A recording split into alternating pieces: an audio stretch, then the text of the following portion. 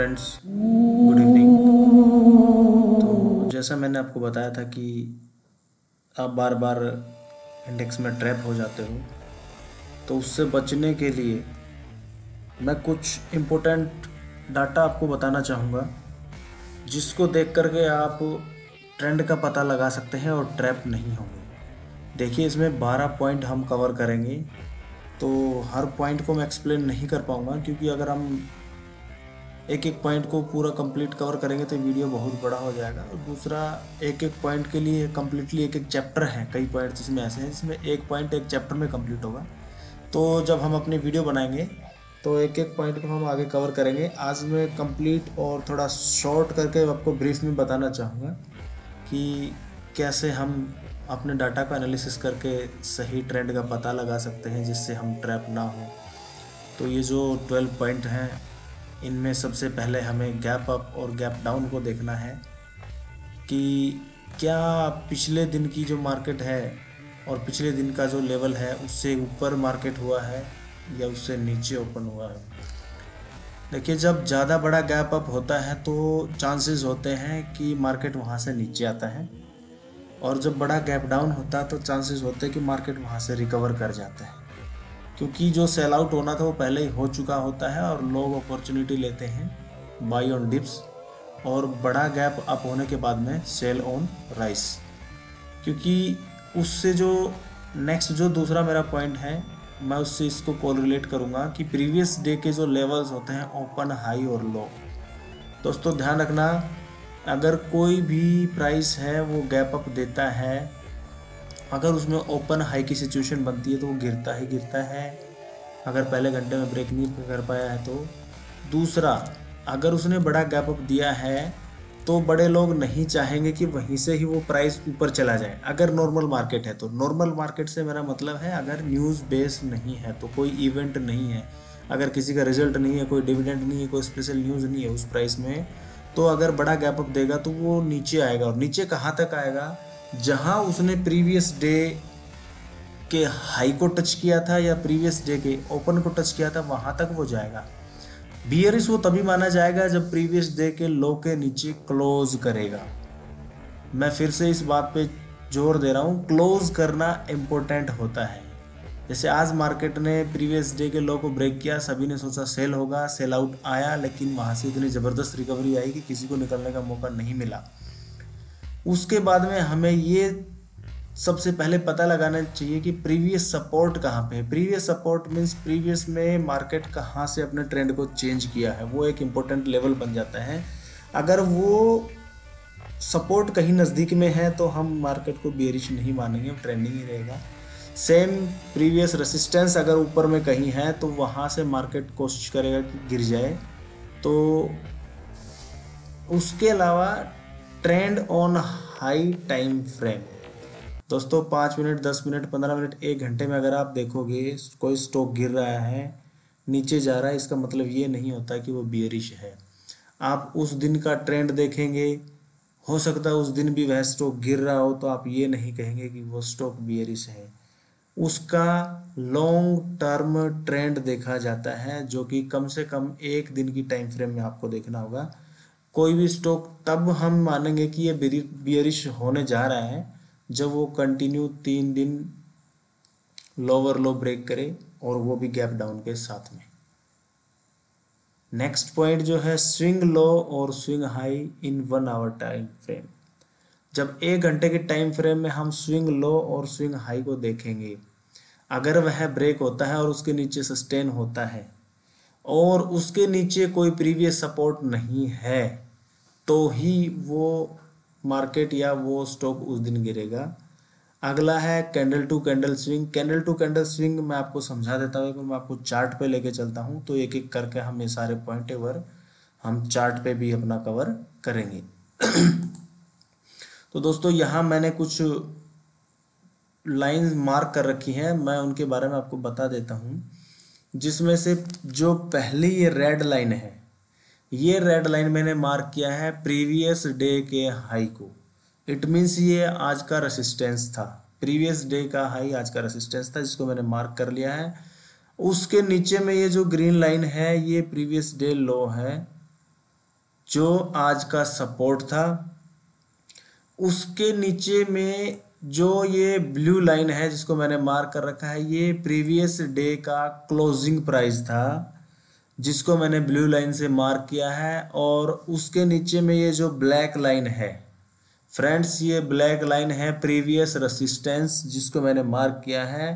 और उसके नीचे ये जो ब्लू लाइन है ये मैंने मार्क की है उस मदर कैंडल के लिए जो कैंडल बन करके यहाँ से चली थी बिग बुलिश होकर के, जिसने पिछले एक महीने के ऑलमोस्ट एक महीने के जो ट्रेंड को कवर कर लिया था सिर्फ एक कैंडल ने ऊपर की तरफ। अब जो मेरा पहला पॉइंट है कि गैप अप और गैप डाउन, फ्रेंड्स थोड़े से छोटे टाइम फ्रेम में मैं आपको लेके चलता हूँ तो थोड़ा कुछ क्लियर होगा। उससे पहले हम ये समझ लेते गैप अप और गैप डाउन क्या है। आज जब मार्केट ओपन हुआ तो गैप डाउन ओपन हुआ था।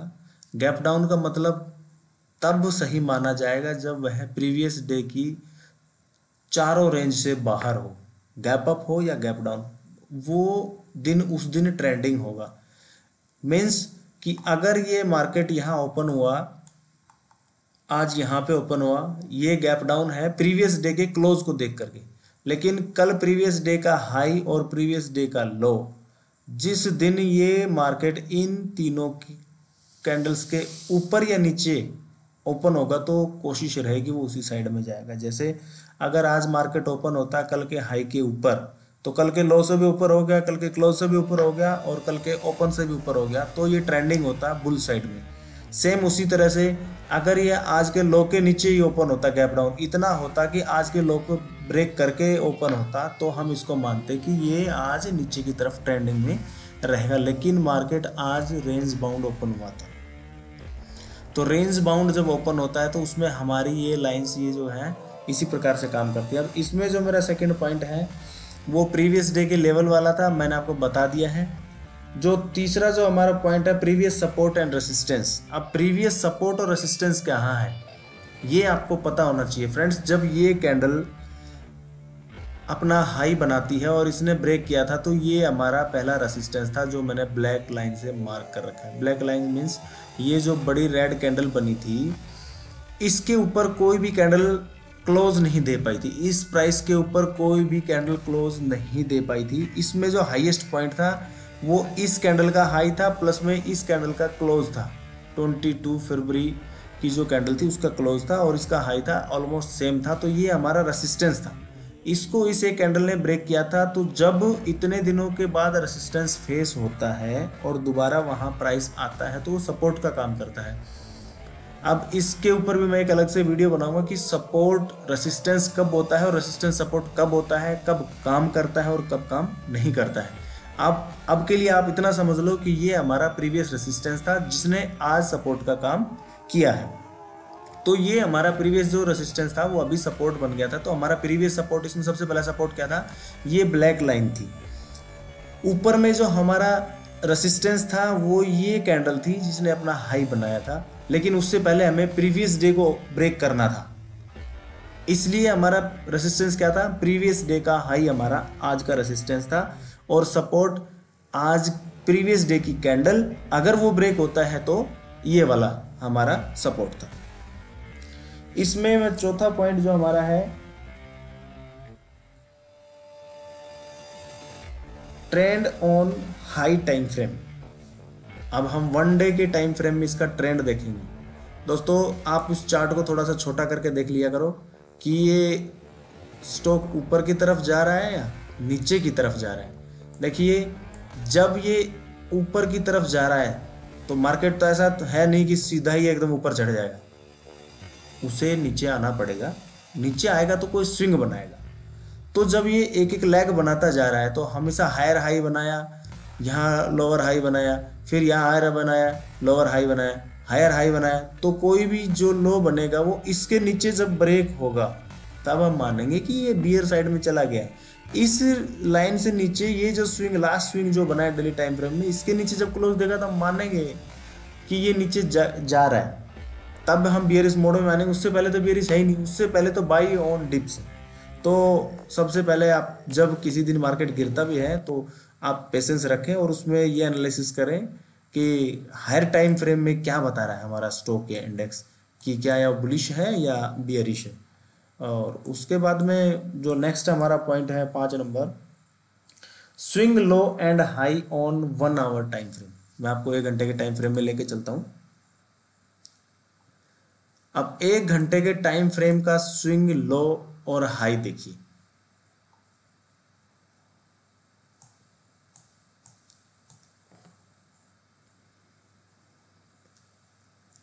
फ्रेंड्स ये कल का हाई था, ये कल का लो था। अब इसमें स्विंग कहाँ बना है? ये तो आज ही बना है ना, ये तो आज ही बना है। प्रीवियस स्विंग है कहाँ इसमें? प्रीवियस स्विंग का लो ये है।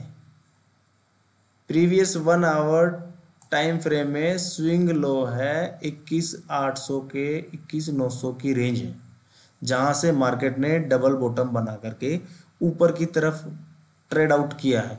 अब आप ये बोलोगे कि सर ये तो बहुत नीचे हो गया, मैं मानता हूं, लेकिन फिर हमारा क्या पॉइंट आएगा कि वही कि प्रीवियस रेसिस्टेंस जिसको ब्रेक करके गया है, प्रीवियस स्विंग का लो ये है और प्रीवियस स्विंग का हाई ये है। अब ये हाई सपोर्ट का काम करेगा, जिसको 1 बार 2 बार और 3 बार ट्राई करने के बाद में मार्केट ने चौथी बार ब्रेक किया है, तो इसने सपोर्ट का काम किया है। तो प्रीवियस 1 आवर टाइम फ्रेम में आपको स्विंग लो और हाई हमेशा मार्क करके रखना है, जिससे आपको ये पता रहेगा कि अगर इसमें कहीं से संभावना है मार्केट को ट्रेंड वाइज चेंज होने की, तो वो कहाँ से है। नेक्स्ट पॉइंट पे चलते हैं। उसके बाद में हमारा आता है candle to candle swing. Candle to candle swing के लिए मैं आपको एक सिंपल सा बता देता हूँ 1 डे टाइम फ्रेम में कि आज मैं क्यों बुलिश था और कब आपको ये देखना है कि कब तक आपको बुलिश ही रहना है। दोस्तों, आज ये जो कैंडल बनी है, इस कैंडल से पहले ये एक कैंडल बनी थी। ये जब एक कैंडल बनी थी तो क्या इस कैंडल का लो ब्रेक हुआ था? आंसर है नहीं। तो क्या हुआ था? जब ये एक बुलिश कैंडल बनी और इस कैंडल के बुलिश बनने के बाद में जब इस कैंडल का बाद ये जो कैंडल बनी है, ये इसकी बेबी कैंडल है। बेबी कैंडल कहने का मतलब ये है कि ये एक बड़ी कैंडल है जिसको हम मदर कैंडल बोल सकते हैं। उसके अंदर में जो कैंडल बन रही है वो इनसाइड बार होती है, और जब तक इस बड़ी कैंडल का लो या हाई ब्रेक नहीं होगा तो मार्केट को कहीं जाना नहीं था। ऐसी संभावनाएं आपके पास बहुत आएंगी कि कहीं एक बड़ा मूवमेंट मिलेगा और उसके बाद स्टॉक उस रेंज में फंस जाएगा। उस रेंज में फंसने का एक मैंने मेन रीजन बताया भी था जब मैंने बीएल की उसमें, तो मैंने बोला था कि यहाँ पे बड़े लोग एंट्री ले रहे हैं या एग्जिट ले रहे हैं। उनके पास इतना पैसा है कि 1,000 करोड़ का माल उठाने के लिए ऐसा तो है नहीं कि वो भागते हुए मार्केट में उठाएंगे। नहीं, वो माल तभी उठाएंगे तब उनको जगह मिलेगी। और जगह कब मिलती है? जहां पे मार्केट फंसता है। एक्चुअली में वो फंसता नहीं है, वो उस मार्केट को इतनी छोटी रेंज में ट्रेड करवाते हैं कि सेलर डर जाते हैं, रिटेलर को डराया जाता है। जहाँ एक छोटी रेंज में फंसा करके, अब यहाँ से गिरेगा, आज गिरेगा, वहाँ हम माल फेंकते रहते हैं और वहाँ वो धीरे धीरे माल उठाते रहते हैं। हम फेंकते रहते हैं, उठाते रहते हैं, फेंकते रहते हैं, उठाते रहते हैं। लास्ट में क्या होता है? जितने नीचे उनको मिलेगा उतना नीचे उठाते रहेंगे और हम होंगे ट्रैप और ऐसे ही निकल जाएगा। तो ये जो मदर कैंडल है, इस कैंडल के अंदर से ही इसको घूमना था। अगर ये बियरिश होता, अगर ये फॉल्स ब्रेकआउट होता तो यहाँ से ये गिर जाना था सीधा। जैसे मैं आपको दिखा देता हूँ, ये देखिए यहाँ पे ये गया, ये ऊपर आया, इसको गिरना था 1 दिन 2 दिन, ये गिर गया। ठीक है, आपको बहुत सारे ऐसे एग्जाम्पल मिलेंगे, लेकिन जहाँ पे ये मदर कैंडल वाला सिस्टम फंस जाएगा ना, ये हमेशा आपको कंफ्यूज करके रखेगा, और कंफ्यूजन जहाँ होगा वहीं बड़े लोग पैसा लगाते हैं और माल उठाते हैं।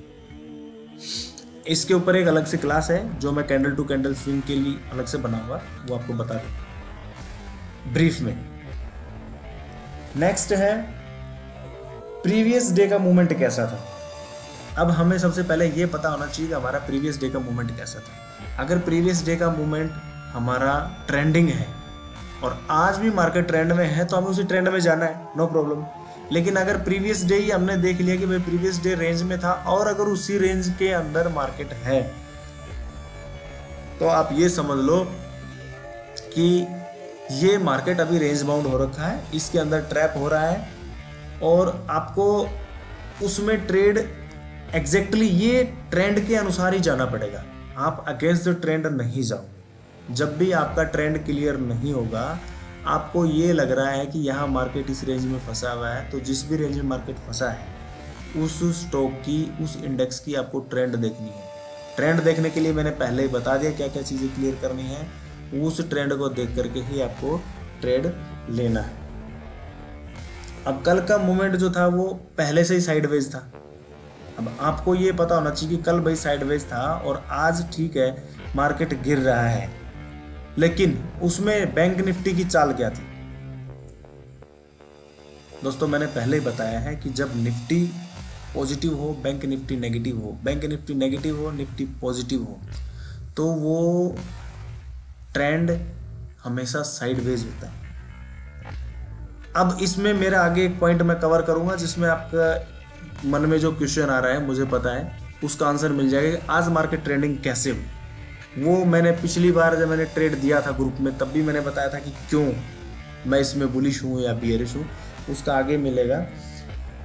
इससे नेक्स्ट पॉइंट है gap between Nifty and bank Nifty. इसका आंसर है ये कि जब भी मार्केट साइडवेज हो जाता है, जब एक पॉजिटिव हो एक नेगेटिव हो, निफ्टी नेगेटिव हो बैंक निफ्टी पॉजिटिव हो, तो वहाँ पे हमें ये देखना है कि दोनों के बीच में गैप कितना है। क्या दोनों पॉजिटिव नेगेटिव कर रहे हैं कि एक पॉजिटिव हो जा रहा है एक नेगेटिव हो जा रहा है? क्या दोनों के बीच में 50 से 100 पॉइंट का डिफरेंस है? अगर बैंक निफ्टी 50 से 100 पॉइंट पॉजिटिव है और निफ्टी 50 से 100 पॉइंट नेगेटिव है, तो हम मान सकते हैं कि निफ्टी बैंक निफ्टी को ड्रैग करेगा और बैंक निफ्टी नीचे आ जाएगी।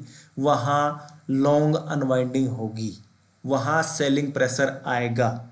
लेकिन अगर निफ्टी जैसे आज हुआ था, बैंक निफ्टी 300 पॉइंट पॉजिटिव है और निफ्टी 50 पॉइंट 100 पॉइंट नेगेटिव है, तो चांसेस ये बनेंगे कि बैंक निफ्टी निफ्टी को ड्रैग कर लेगा।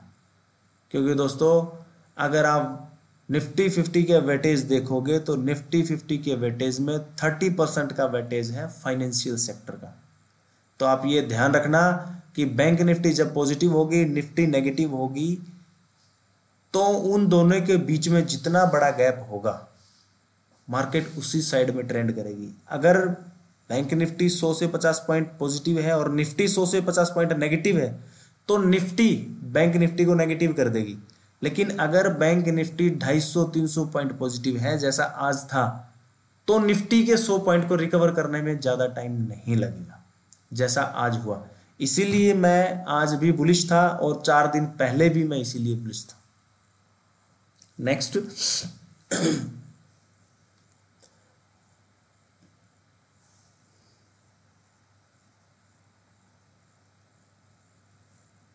FII और DII का डाटा। दोस्तों ये एक इतना इम्पोर्टेंट पॉइंट है, मैं नहीं चाहता कि ये वीडियो कुछ ज़्यादा बड़ा बने, लेकिन फिर भी क्या करूँ, अब मैंने इतने पॉइंट लिखे हैं तो आपको समझाना और बताना ज़रूरी है ताकि आपका माइंड क्लियर रहे और आप ट्रैप ना हो। दोस्तों FII DI का डाटा एक इतना इम्पोर्टेंट फैक्टर है जिसमें अगर आपने थोड़ा सा एनालिसिस कर लिया तो आपको ट्रेंड का, अगले टारगेट का, मार्केट गिर रहा है तो अगले सपोर्ट का आपको पता होगा। मैं आपको बताना चाहूंगा कैसे। अभी मैं आपको लेके चलता हूं FII DII के डाटा पे। ये दोस्तों एक ऐप है स्टॉकेज, मैं कोई प्रमोशन नहीं कर रहा हूं, आपके पास कोई भी टूल आप उसमें पता कर सकते हैं जहां से FII DII का डाटा मिल जाए। यहाँ पे आज के FII DI के डाटा को छोड़ दिया जाए जहाँ पे 2766 करोड़ की बाइंग की है FIIs ने, तो उससे पहले देखिए कि ज़्यादा वॉल्यूम कहाँ पे था। यहाँ पे 574 की बाई थी, यहाँ पे 564 की सेल थी, यहाँ पे रेंज बाउंड था, न्यूट्रल था, 1 तारीख को भी न्यूट्रल था। देखिए जब data 1000 crore, 500 crore, 1000 crore plus minus हो तो उसको न्यूट्रल ही मान लेना। लेकिन 29 फरवरी को आप देखिए 3568 करोड़ की बाई थी। उससे पहले 1800, 1500, उसके बाद में 23 फरवरी को 1200, उसको छोड़ दो। इसमें सबसे बड़ा वॉल्यूम है 29 फरवरी का। तो एक बार हम 29 फरवरी को देख लेते हैं। दोस्तों ये मेरा बताने का मेन रीज़न ये है कि मान लो अगर 29 फरवरी को FIIs ने यहाँ से माल उठाया है तो सबसे पहले 29 फरवरी की कैंडल को हम मार्क कर लेते हैं, फिर मैं आपको इसका रीज़न बताऊंगा।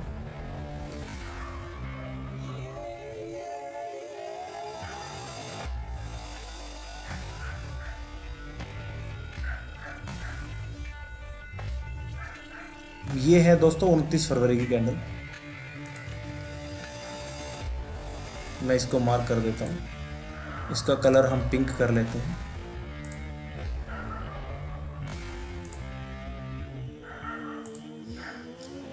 उनतीस फरवरी को सबसे ज्यादा माल उठाया गया था। तो आप ये सोचिए कि जब निफ्टी 21,800 पे थी, 21,800 से लेकर के 22,000 की रेंज है इसकी, तो इस दिन तो उन्होंने माल उठाया ही। 21,000 से 21,800 से 22,000 के बीच में अगर उन्होंने माल उठाया है तो क्या कोई FII इतनी जल्दी अपने माल को बेच देगा कि उसने 22,000 पे माल लिया और 22,000 आज मार्केट आया था 22,270, मान लीजिए 22,300 इसने हाई बनाया था 22,440। तो क्या FII 450 पॉइंट के ऊपर अपना सारा माल बेच देंगे? जिस दिन उन्होंने इतना बड़ा ट्रैप किया है लोगों का, पूरा मार्केट बियरिश करने के बाद में, उस दिन भी 170 पॉइंट गिरने के बाद में मार्केट रिकवर हो जाता है। तो क्या 170 पॉइंट मार्केट लोगों को ट्रैप करता है तो खाली वो 400 पॉइंट के लिए ट्रैप करेगा? सोचिए जरा। नहीं, इसका आंसर है नो नो नो। ये ध्यान रखना, कम से कम उन्हें 700 से 800 से 1000 पॉइंट का मूवमेंट चाहिए ही चाहिए, या जब तक वो खुद ट्रैप ना हो जाए। ऐसा नहीं है कि FIIs के भी ट्रैप नहीं होते हैं। न्यूज़ बेस्ड मार्केट आ जाए, कोई बड़ी न्यूज़ आ जाए, उस समय सेल आउट हो गया तो वो भी ट्रैप होते हैं। लेकिन नॉर्मल मार्केट है तो नॉर्मल मार्केट में वो 22,000 पे माल उठा करके 22,400 पे बेचेंगे? नहीं बेचेंगे कभी। उन्हें तो और माल उठाना है, वो तो और माल उठा रहे थे, इसलिए मार्केट ऊपर नहीं जा रहा था।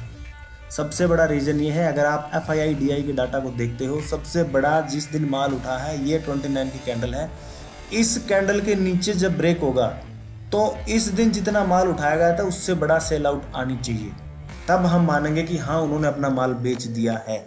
अब उनका टारगेट क्या है? 22,000 से लेकर के 22,500 तो कितना परसेंट होगा, आप निकाल लो। 22,000 से 23,000 तक भी जाएगा तब भी तो उनको कुछ मिलेगा, तो इतनी जल्दी तो बेचेंगे नहीं। इसलिए मैं बुलिश था। और FII DI का डाटा आपको देखना चाहिए। सेम बाई साइड है तो सेम ऐसे सेल साइड, कि जिस दिन बड़ी सेल हुई है किसी दिन, इसी दिन बड़ी सेल हुई है, तो क्या उन्होंने माल बेचा है? माल बेचा था तो पहले कहां से उठाया था, ये आपको देखना पड़ेगा।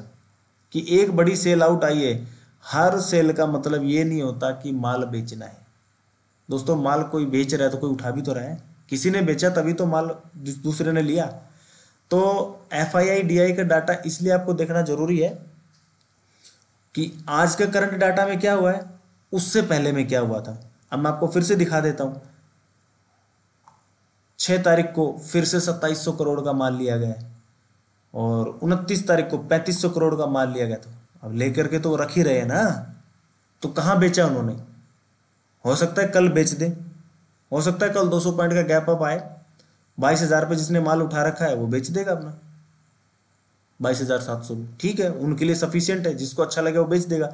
लेकिन यहां जस्टिफाई नहीं था कि उन्होंने 3500 करोड़ का माल लिया और 500 का बेचा, फिर 500 का उठाया और फिर आज ही बेच के चले जाएंगे 6 तारीख को। नो, 22,000 पे लिया है, 22,200 पे कैसे बेच देगा कोई? जहां बड़े लोगों की एंट्री होती है वो अपने प्राइस को डिफेंड करेंगे और उन्होंने अपने प्राइस को डिफेंड किया है। जब भी नीचे आएगा उन्होंने माल लिया, उन्होंने बाई सेल प्रेशर को बिल्कुल हटा दिया और आज आपने देख ही लिया। और मैंने लेवल बताया था लाइव में कि अगर इसने 22,120 को ब्रेक किया तो हमें 22,420 को ब्रेक किया तो हमें 22,500 आज ही देखने को मिलेगा। आप देख लो आज का हाई।